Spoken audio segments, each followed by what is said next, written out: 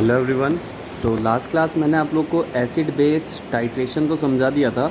अभी हम पढ़ने जा रहे हैं नेक्स्ट टाइप का टाइट्रेशन जिसका नाम होता है रिडॉक्स टाइट्रेशन। सो आज की जो हमारी क्लास है वो किस पे है? रिडॉक्स टाइट्रेशन पे। ठीक है,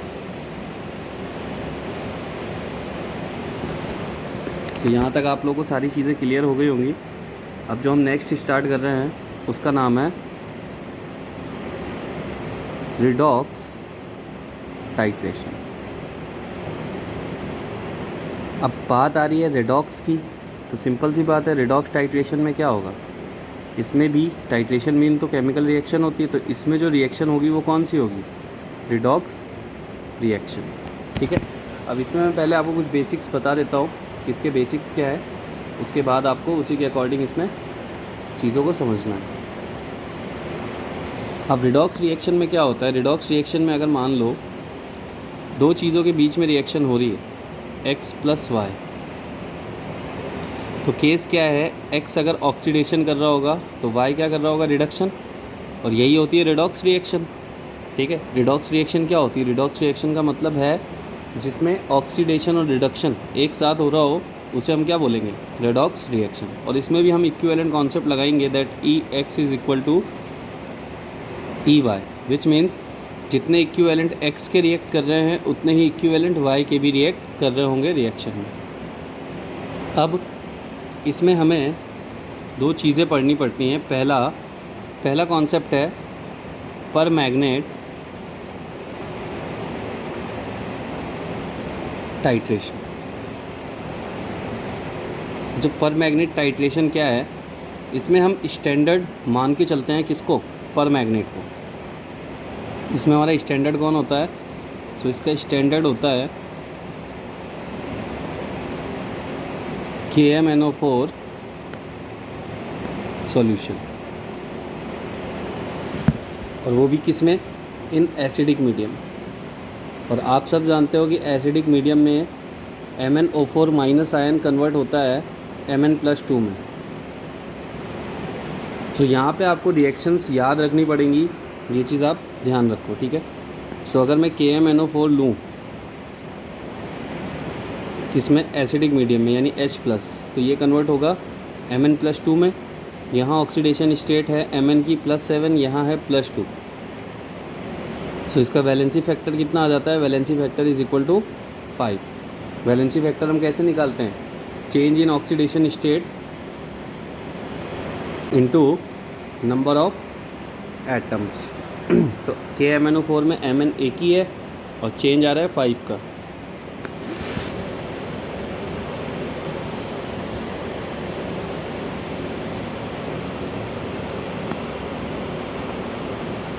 KMnO4 की रिएक्शन में अगर H2SO4 से कराता हूँ तो ये देगा Mn+2 आयन। ठीक है, और ये Mn+2 आयन देगा, बट क्या ये सल्फ़र को ऑक्सीडाइज़ करेगा? नहीं, सल्फ़र को ये बिल्कुल ऑक्सीडाइज़ नहीं करेगा। ये इससे Mn को तो रिड्यूस हो गया, ये +7 से +2 में चला गया, लेकिन सल्फ़र ऑलरेडी अपनी मैक्सिमम स्टेट में, मैक्सिमम ऑक्सीडेशन स्टेट। अब अपनी मैक्सिमम ऑक्सीडेशन स्टेट में, तो ये ऑक्सीडेशन स्टेट को बढ़ा तो सकता नहीं है।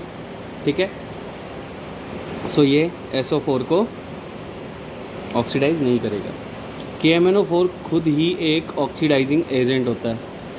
क्लियर है? ऑक्सीडाइजिंग एजेंट का मतलब क्या होता है? जो दूसरों को ऑक्सीडाइज़ करे और ख़ुद का रिडक्शन करे। तो इसने रिडक्शन किया है ना, +7 से +2 में कन्वर्ट हुआ है, लेकिन SO4 को ये ऑक्सीडाइज़ नहीं कर सकता।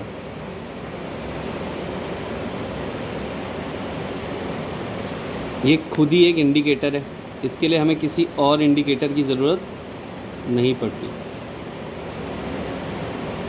और ये खुद इंडिकेटर है, तो इसमें कलर कौन सा आता है? कलर आता है इसमें purple colour.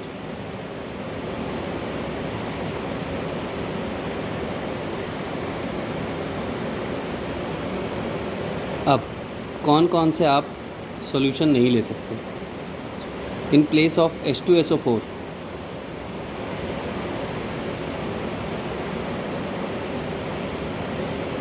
HCl is not used. H2SO4 आपने लिया, लेकिन आप HCl यूज़ नहीं कर सकते। क्यों? क्योंकि HCl जो होता है वो एक रिड्यूसिंग एजेंट होता है, और अगर आपने KMnO4 के साथ HCl को ले लिया तो ये क्या करेगा, ये खुद का ऑक्सीडेशन कर लेगा, Cl2 गैस फॉर्म कर लेगा और इसका रिडक्शन नहीं होने देगा। ठीक है, तो ये बात याद रखना कि आप अगर HCl लोगे तो HCl खुद का क्या कर देगा, ऑक्सीडेशन कर लेगा, क्योंकि ये क्या है, ये एक रिड्यूसिंग एजेंट होता है। और आप HNO3 भी यूज़ नहीं कर सकते।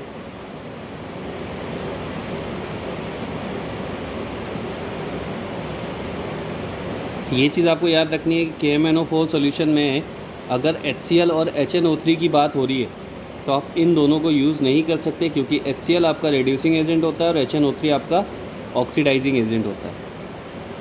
तो ये रिएक्शन में क्या करते हैं, ये खुद को ही चेंज कर लेते हैं और KMnO4 पे कोई इफ़ेक्ट नहीं होता। जैसे मैं मान लो सिंपल सी चीज़ लूँ, KMnO4, इसके साथ मैं ले लूँ HNO3 और मैं ले लूँ Fe+2।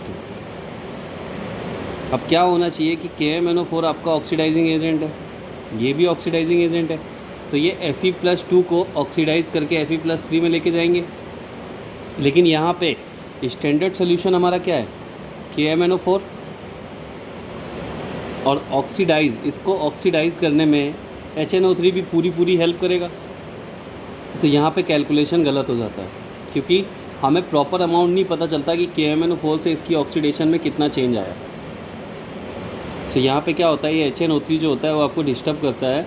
वो क्यों? क्योंकि वो भी इसको ऑक्सीडाइज करता है, because HNO3 is also a oxidising agent. Clear है बात? तो आपको ये याद रखना है कि KMnO4 का सोल्यूशन अगर आप ले रहे हो, स्टैंडर्ड सोल्यूशन ले रहे हो, तो आप उसमें सिर्फ और सिर्फ H2SO4 को ही ले सकते हो। अब ये था पहला स्टैंडर्ड था। ठीक है,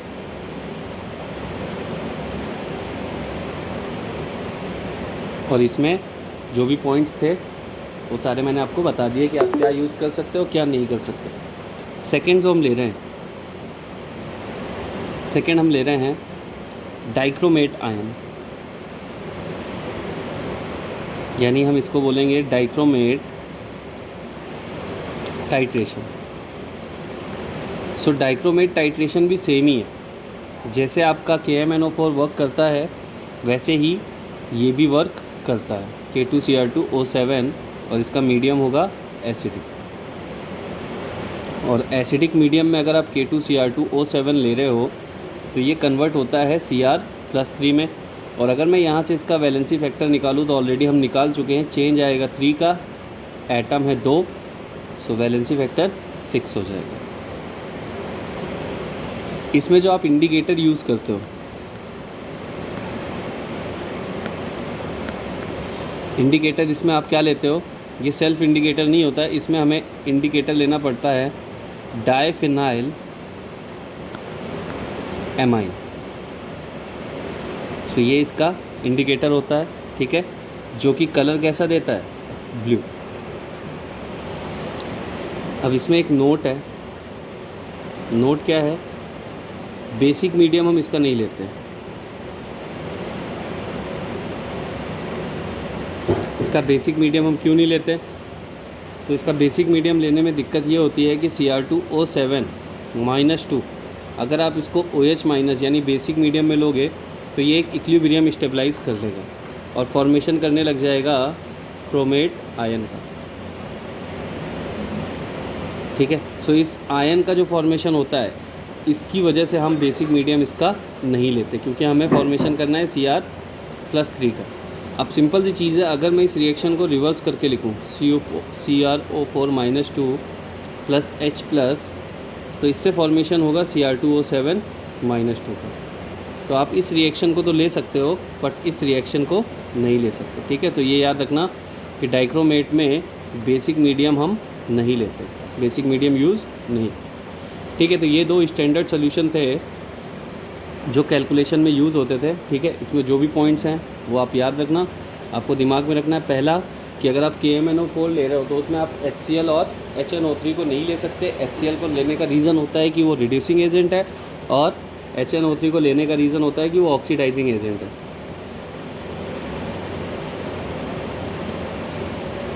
और K2Cr2O7 अगर आप ले रहे हो तो आप उसे एसिडिक मीडियम में लोगे, बेसिक मीडियम में नहीं लेना। अब चलिए अपन चलते हैं क्वेश्चंस की तरफ कि इसमें क्वेश्चंस कैसे बनते हैं। सो अगर मैं क्वेश्चन लूँ, how many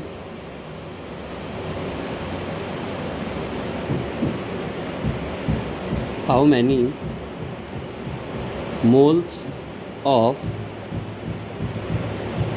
KMnO4 are required for complete oxidation of 2 mole FeC2O4 in acidic medium। सो देखो मैं आपको रिएक्शन ऑलरेडी लिखा चुका हूँ, ठीक है। ये वाली रिएक्शन मैं आपको ऑलरेडी लिखवा चुका हूँ जिसमें C2O4 - 2 अपन ने देखा था। सो C2O4 - 2 आपका क्या देता है, CO2। अब सिंपल सी बात है, यहाँ पे पूछा क्या है, उसने बोला है how many moles of KMnO4 are required. So उसने मोल्स ऑफ KMnO4 पूछे हैं for complete oxidation of 2 mole FeC2O4 in acidic medium. Medium कौन सा है, एसिडिक। सो सिंपल सी चीज़ हमें ये पता होनी चाहिए कि एसिडिक मीडियम में क्या क्या फॉर्म होता है। सो अगर मैं रिएक्शन लिखूँ KMnO4 प्लस FeC2O4, अगर मैं ये रिएक्शन लिख रहा हूँ तो देखो इसमें होगा क्या, यहाँ से फॉर्म होगा Mn+2, Fe जाएगा Fe+3 में, और आपका जो C2O4 है वो कन्वर्ट हो जाएगा CO2 में, यही होगा। सो हमें क्या करना है, हमें वैलेंसी फैक्टर अलग अलग कैलकुलेट करने हैं और हमें इक्विवेलेंट कॉन्सेप्ट लगाना है। सो अगर मैं इसके वैलेंसी फैक्टर देखूँ तो इसके लिए वैलेंसी फैक्टर आप याद कर लो तो भी ठीक है, वैलेंसी फैक्टर 5 आएगा। अब देखो इसमें 2 एलिमेंट्स हैं, Fe+2 से कहाँ जा रहा है, +3 में। कार्बन यहाँ पे किस स्टेट में, +3, और यहाँ पे किस स्टेट में, +4।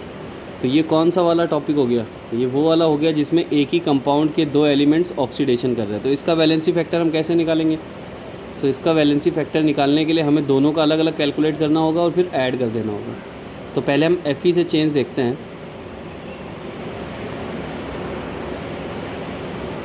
Fe से चेंज कितना है, +2 से +3, चेंज आ रहा है 1 का, और नंबर ऑफ़ एटम्स है 1, तो इसका वैलेंसी फैक्टर आया 1। C2O4 में +3 से +4, चेंज आ रहा है 1 का, और कार्बन के एटम्स कितने हैं, 2, तो 2 = 2, 2 + 1 3, यानी कि FeC2O4 का वैलेंसी फैक्टर आया है 3। आप कॉपी में जाके देख लेना, मैं आपको ऑलरेडी ये क्वेश्चन करा चुका हूँ। अब हमें क्या लगाना है, इक्विवेलेंट कॉन्सेप्ट। तो इक्विवेलेंट कॉन्सेप्ट में हम क्या बोलेंगे, KMnO4 is equal to equivalent of FeC2O4, यही लगाएंगे। फॉर्मूला क्या होता है, अब देखो इसमें हम फॉर्मूला कौन सा लगाएंगे, मोलैरिटी या क्या, तो इसमें देखो मोल गिवन है, तो मोल गिवन है तो हम फॉर्मूला कौन सा लगाएंगे, valency factor into mole is equal to valency factor into mole. So इसका वैलेंसी फैक्टर हमने कितना निकाला, 5, मोल इसके कैलकुलेट करने हैं, और इसका वैलेंसी फैक्टर हमने कितना निकाला, 3, और मोल कितने दिए हैं क्वेश्चन में, 2। सो n की वैल्यू यानी मोल की वैल्यू कितनी आ जाएगी, 6/5। ये आपका आंसर आ गया। सो क्वेश्चंस इसके बहुत इजी हैं, जो दिक्कत है वो इसमें है कि आपको रिएक्शंस आनी चाहिए, ठीक है। ये एक रिडॉक्स रिएक्शन है, आपको पता होना चाहिए कौन किस में कन्वर्ट होता है। सो KMnO4 को याद रखो कि KMnO4 एसिडिक मीडियम में Mn+2 में जाता है, और बाकी रिएक्शंस जो आपके सामने आ रही हैं आप उनको यहीं से अच्छे से ऑब्जर्व करते हुए चलो। सो ये कितना इजी सा क्वेश्चन था, ठीक है। नेक्स्ट लेते हैं अपन क्वेश्चन।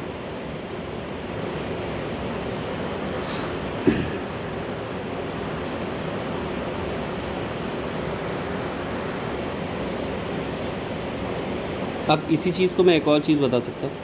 देखो इस क्वेश्चन में हमने क्या लिया है, KMnO4। सो मैं इसकी जगह सोल्यूशन चेंज कर दूँ और मैं K2Cr2O7 ले लूँ, तब भी ये रिएक्शन सेम टू सेम होगी। बस उसमें क्या है, उसमें KMnO4 की जगह K2Cr2O7 आ जाएगा, जिसका N फैक्टर 6 निकल के आता है। तो ये चीज़ ध्यान रखना कि अगर मैं यहाँ पे स्टैंडर्ड चेंज करूँगा तो कुछ फ़र्क नहीं पड़ेगा, चीज़ें सेम ही रहेंगी। जैसे मैं क्वेश्चन बता ही देता हूँ।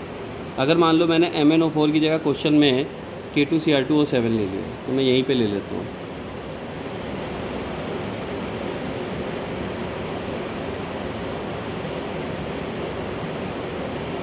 तो ये दूसरा क्वेश्चन बन गया। अब K2Cr2O7 लिया है मैंने क्वेश्चन में, तो मैं क्या करूँगा, K2Cr2O7 की रिएक्शन कराऊँगा किसके साथ, FeC2O4 के साथ। तो प्रोडक्ट क्या हो जाएगा, Cr+3 plus Fe+3 plus CO2।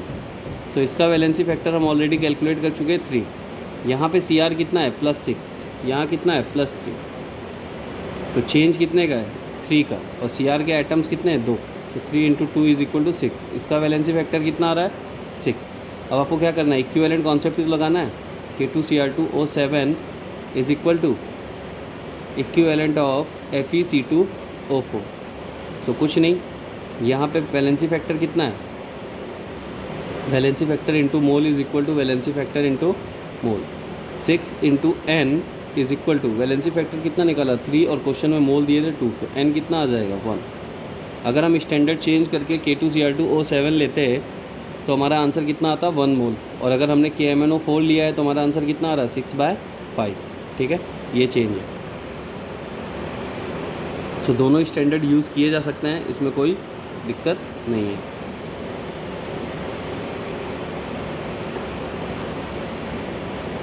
Next question लेते हैं।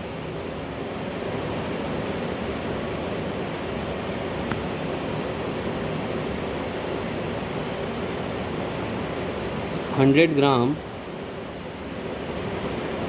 FeSO4 जो कि दिया हुआ है 80% प्योरिटी कंटेन कर रहा है। कितना प्योर है, 80%। तो हम 100 ग्राम तो लेंगे नहीं। अगर 80% प्योर है और वेट 100 ग्राम है तो इसका मतलब 80 ग्राम यहाँ पे प्योर है। Is dissolve in 500 ml solution. 10 ml of above solution required 20 ml KMnO4 solution in acidic medium। सब यहाँ पे हमें समझना है कि हमें फॉर्मूला कौन सा लगाना है बस, और रिएक्शन कैसे होगी। कैलकुलेट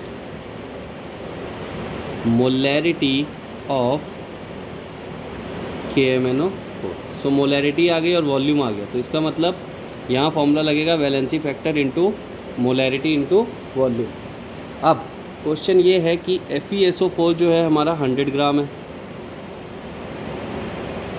ठीक है, और प्योर कितना है, 80% उसकी प्योरिटी है। तो आपको ये तो समझ में आ गया होगा कि कैसे क्या होने वाला है। तो रिएक्शन किसकी है यहाँ पे, KMnO4 प्लस FeSO4।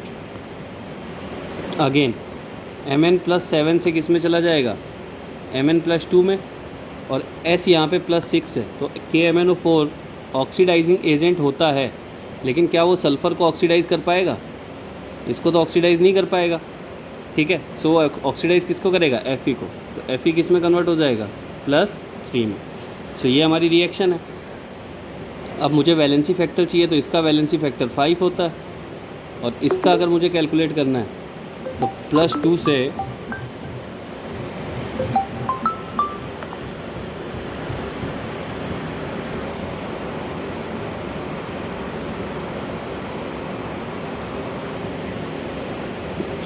ये +2 से कहाँ जा रहा है, 2 सेकेंड। हाँ, तो +2 से ये कहाँ जा रहा है, ये जा रहा है +3 में। ठीक है, सो +2 से +3 में चेंज कितने का है, 1 का, और एटम कितने हैं, 1। सो वैलेंसी फैक्टर कितना आ जाएगा, इज इक्वल टू 1। अब हमारे पास दोनों के वैलेंसी फैक्टर आ गए। हमें क्या लगाना है, हमें सीधा सीधा कॉन्सेप्ट लगाना है that equivalent number of equivalent of KMnO4 is equal to number of equivalent of FeSO4। So equivalent KMnO4 is equal to equivalent of FeSO4। So अगर मैं यहाँ पे देखूँ तो फॉर्मूला क्या होता है, valency factor into molarity into volume is equal to valency factor into molarity into volume. अब KMnO4 की मोलैरिटी पूछा है, वैलेंसी फैक्टर होता है 5 into molarity into volume. Volume में क्वेश्चन कितना दे रहा है, 20 ml KMnO4 solution in acidic medium. यहाँ वैलेंसी फैक्टर मेरा आया 1, मोलैरिटी मुझे कैलकुलेट करनी है और वॉल्यूम दिया है 10 ml ऑफ अबव सोल्यूशन। ठीक है, तो सबसे पहले मैं मोलैरिटी कैलकुलेट कर लेता हूँ। मैं यहाँ मोलैरिटी कैलकुलेट कर लेता हूँ किसकी, FeSO4। So molarity is equal to number of moles upon volume. So 100 gram दिया हुआ है वेट, लेकिन प्योर कितना है 80 ग्राम, तो इसका वेट कितना है 80 डिवाइड बाय FeSO4 का मॉलिकुलर वेट आप कैलकुलेट करोगे। सो FeSO4 का मॉलिकुलर वेट कितना होता है, Fe 56 32 64 कितना हो जाएगा, Fe is equal to 56 sulphur 32 4 oxygen है 64 2 152 ये आ गए मोल। वॉल्यूम है 500, ऊपर मल्टीप्लाई हो जाएगा 1000 से। तो यहाँ से आप मोलैरिटी कैलकुलेट कर लोगे इसकी।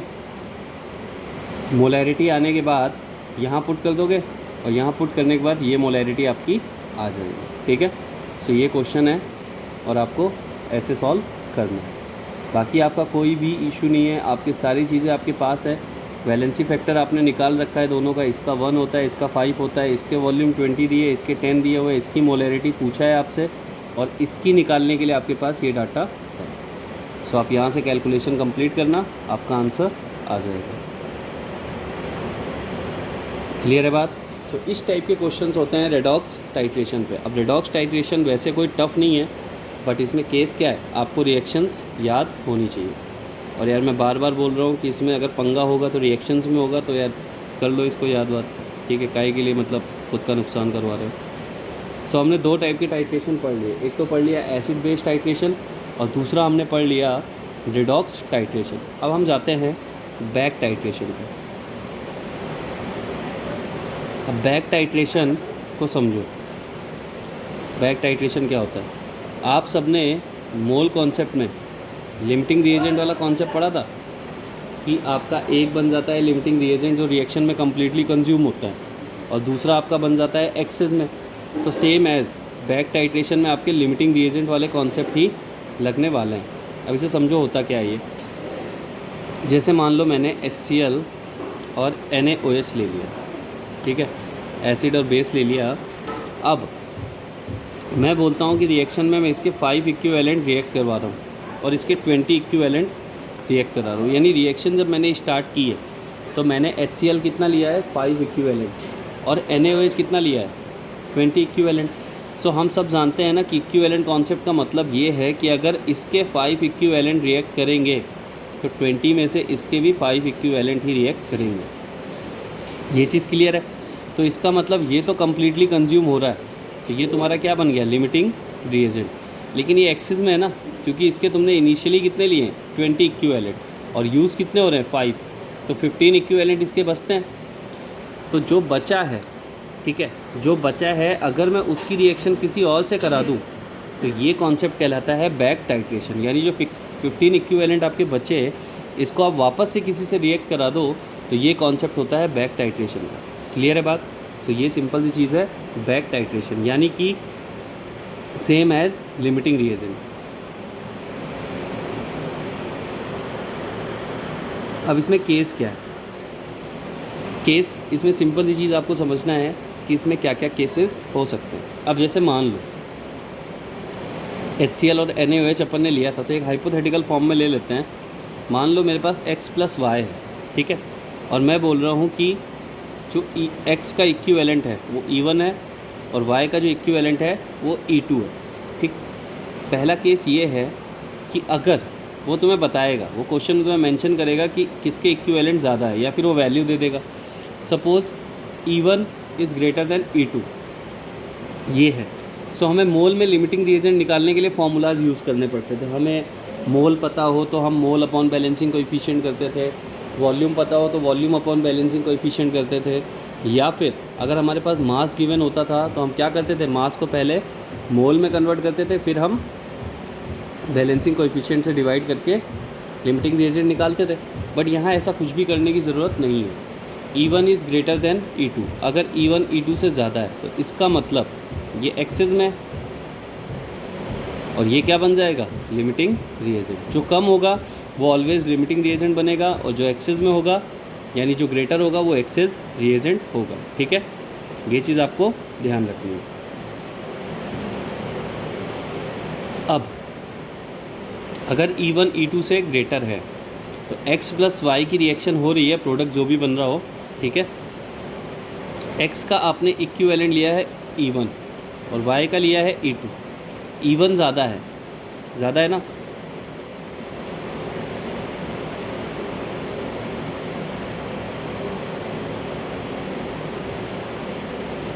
और E2 आपका कम है, तो आपका E2 क्या बना, लिमिटिंग रिएजेंट। ये आपका यहाँ से क्या आ गया, लिमिटिंग रिएजेंट। ठीक है, सो हम इसे कैसे लगाएंगे कि अगर एंड पॉइंट हुआ, यानी जब रिएक्शन ख़त्म होगी, तो एंड पॉइंट पे हमारा कॉन्सेप्ट क्या होगा, that equivalent of x is equal to equivalent of y, यही होगा। अब सिंपल सी चीज़ है, अगर मैं बात कर रहा हूँ x की, तो x भले ही एक्सिस में है, लेकिन इस रिएक्शन में इसका यूज़ कितना होगा, E2 के इक्वल ही तो होगा। भाई इस चीज़ को समझो कि अगर ये E1 है, ये E2 है, भले ही E1 ज़्यादा है, लेकिन रिएक्शन में तो E2 के इक्वल ही पार्टिसिपेट करेगा ना। ये जो एक्सेस अमाउंट है उसे हमें क्यों देखना। सो यहाँ पे क्या है कि अगर मैं बात करूँ EX की, तो EX किसके इक्वल होगा, इसके नंबर ऑफ़ इक्विवेलेंट E2 के इक्वल होंगे कि नहीं होंगे। ठीक है, सो अगर मैं निकालूँ कि x एक्सेस में था तो रिमेनिंग कितना होगा, तो ये तो बहुत ईजी है रिमेनिंग निकालना। हम क्या करेंगे, हम यहाँ पे सीधा इक्विवेलेंट, नंबर ऑफ़ इक्विवेलेंट में से E1 में से E2 को माइनस कर देंगे, और यहाँ से हमारा एक्सेस निकल के आ जाएगा। क्लियर है बात, फिर से समझ लो इस चीज़ को। मैंने क्या बोला, x और y मैंने लिया, इसमें E1 और E2 हैं, तो इक्विवेलेंट कॉन्सेप्ट क्या बोलता है, इक्विवेलेंट कॉन्सेप्ट बोलता है कि अगर आप x के नंबर ऑफ़ इक्विवेलेंट जितने लोगे, रिएक्शन में y के इक्विवेलेंट उतने ही रहेंगे ना ज़्यादा ना कम। React number of equivalent same ही करता है। सो अगर E1 ज़्यादा है तो वो एक्सेस में, लेकिन E1 यहाँ पे जो E1 की वैल्यू है वो किसके इक्वल होगी, E2 के इक्वल, यानी कि जो रिएक्ट कर रहा है वो E2 के बराबर ही कर रहा है। जैसे मैं इसको एक बार और समझाता हूँ, x प्लस वाई, इसको मैं ले लेता हूँ 5 इक्विवेलेंट और इसको ले लेता हूँ 20 इक्विवेलेंट, या फिर हमने जैसे किया है वैसे करते हैं, इसको रिवर्स करते हैं।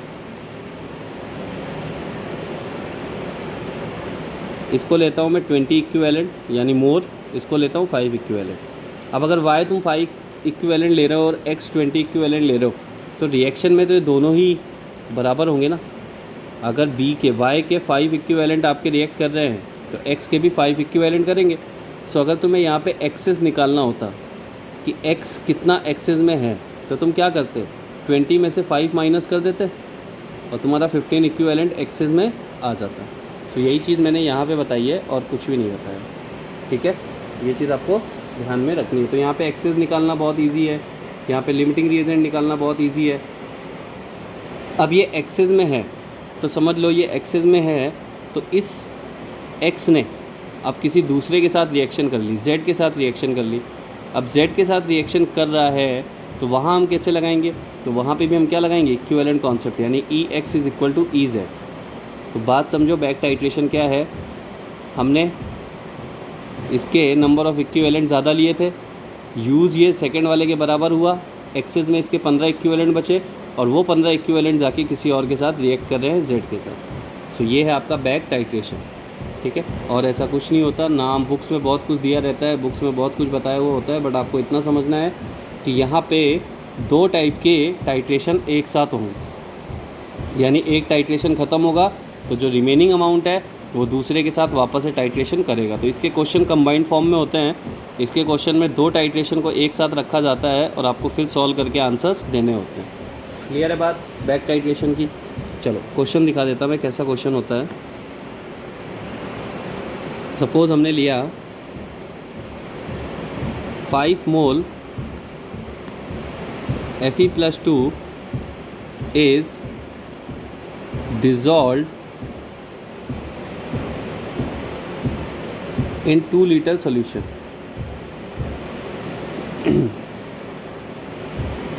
In above solution,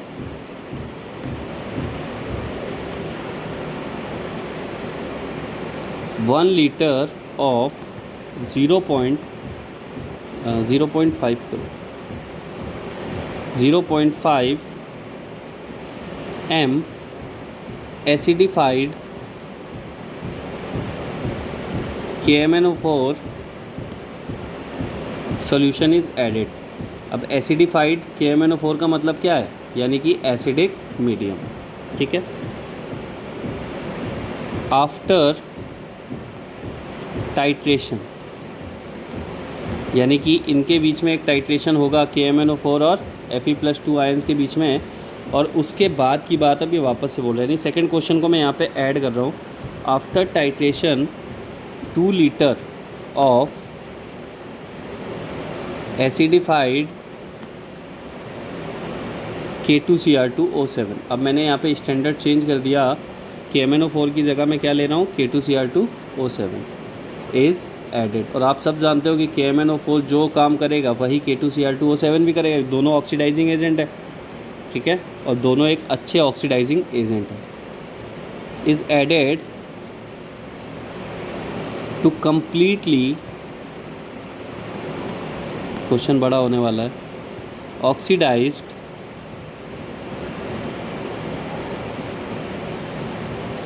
remaining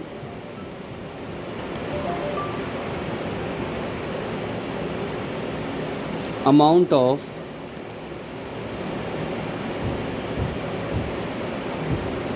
excess reagent। Calculate molarity of K2Cr2O7 added,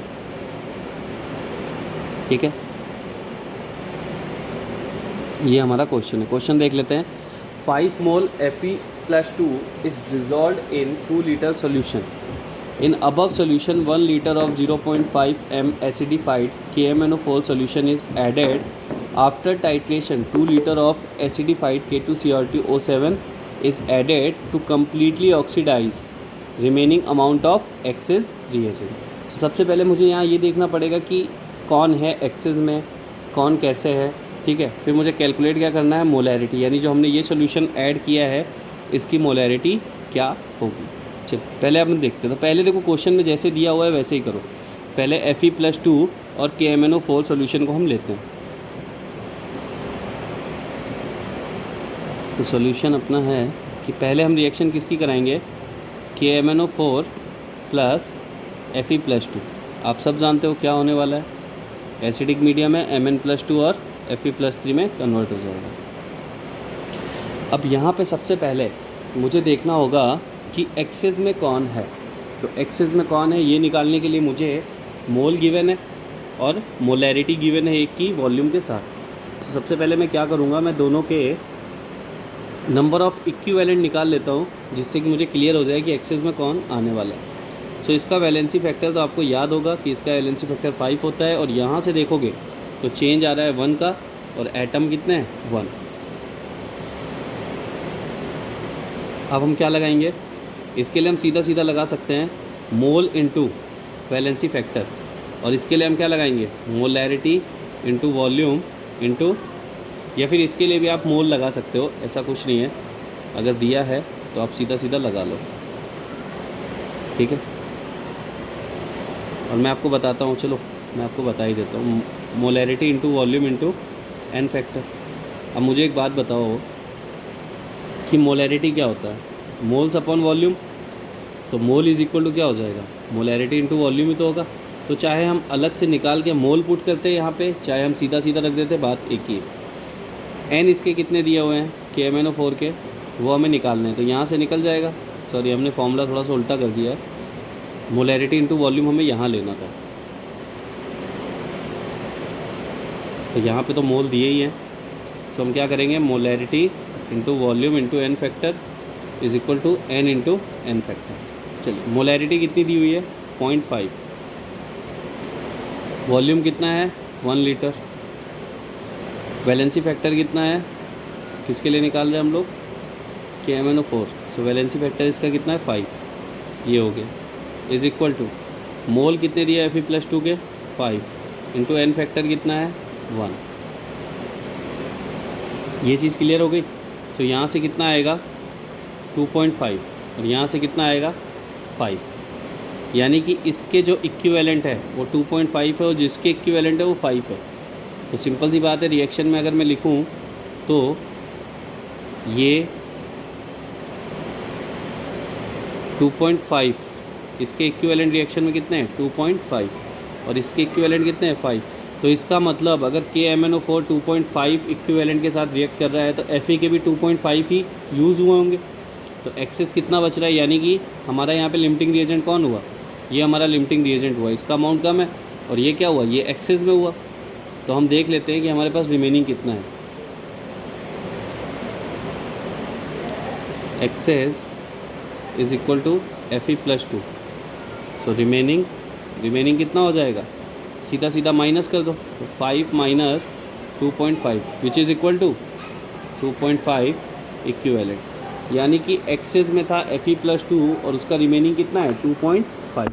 अब इस 2.5 इक्विवेलेंट की रिएक्शन हो रही होगी तुम्हारी किसके साथ, K2Cr2O7 के साथ। ये चीज़ तुम समझ गए। तो ये हमने फर्स्ट पार्ट सॉल्व कर लिया और यहाँ से हमने लिमिटिंग रिएजेंट और एक्सेस भी निकाल लिया। तो आफ्टर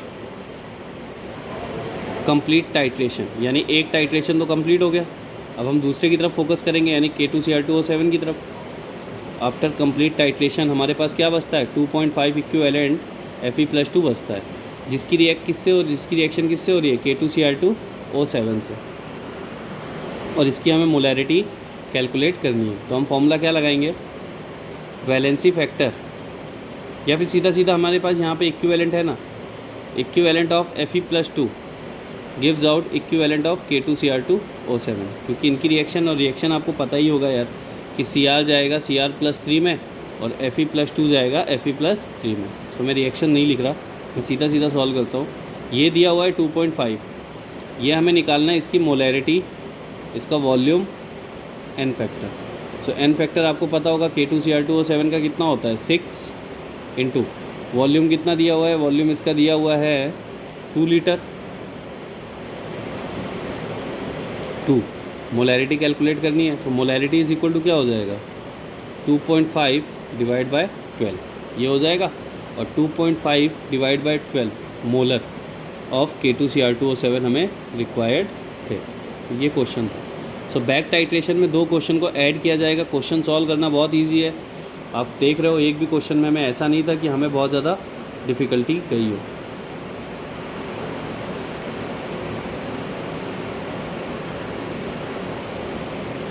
सो ये था आज आपका कॉन्सेप्ट, जिसमें मैंने आपको 2 टाइप के टाइट्रेशन आज बता दिए। पहला मैंने आपको बताया रेडॉक्स टाइट्रेशन, ठीक है।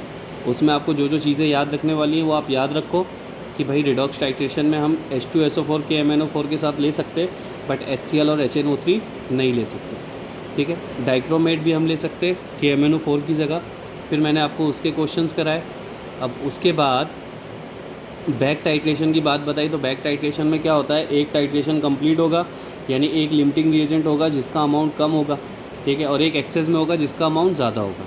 तो एक्सेस वाला दोबारा से टाइट्रेशन करेगा किसी और के साथ, तो इस प्रोसेस को हम बोलते हैं बैक टाइट्रेशन। तो इसके क्वेश्चन मैंने आपको करा दिए, क्लियर है। तो आज की क्लास अपन यहीं तक रखते हैं। इसका एक क्वेश्चन मैंने कराया है, ऐसे ही क्वेश्चन इसके होते हैं। तो बाकी मैं नेक्स्ट क्लास में कराऊंगा। आज आप लोग यहाँ तक देख के कंप्लीट करो, और ये दोनों टाइट्रेशन आप लोग अपनी बुकलेट से भी देखा करो और बुकलेट को सॉल्व करना भी स्टार्ट रखो। मंडे से हम लोग लाइव क्लासेस लेंगे, ठीक है, जैसे कि आप लोगों का ग्रुप पे मैसेज है कि लाइव क्लास चाहिए। सो लाइव क्लास अपन मंडे से करेंगे। उसमें अपन इसके डाउट्स यहाँ तक के जो भी कॉन्सेप्ट आपको नहीं समझ में आए पहले वो क्लियर करेंगे, ठीक है, उसके बाद आगे चलेंगे। और हाँ, रही बात इलेक्ट्रोकेमिस्ट्री की, सो इलेक्ट्रोकेमिस्ट्री के डाउट्स जिसके भी हैं इसे अभी होल्ड पे रखो, पहले इस चैप्टर पे फोकस करते हैं। फिर जब ये चैप्टर कंप्लीट हो जाएगा तो हम दोनों चैप्टर को एक साथ डिस्कस करके आगे बढ़ जाएंगे नेक्स्ट चैप्टर पे। और हमारा नेक्स्ट चैप्टर होने वाला है थर्मोडायनामिक्स, जो कि बहुत इंपॉर्टेंट चैप्टर है, वो हम पढ़ेंगे। क्लियर है बात? सो इतनी चीज़ें हैं, आप लोग इन लेक्चर्स को देखो अच्छे से टाइम पे और अपनी बुकलेट सॉल्व करना स्टार्ट करो। ओके, तो bye bye, take care all.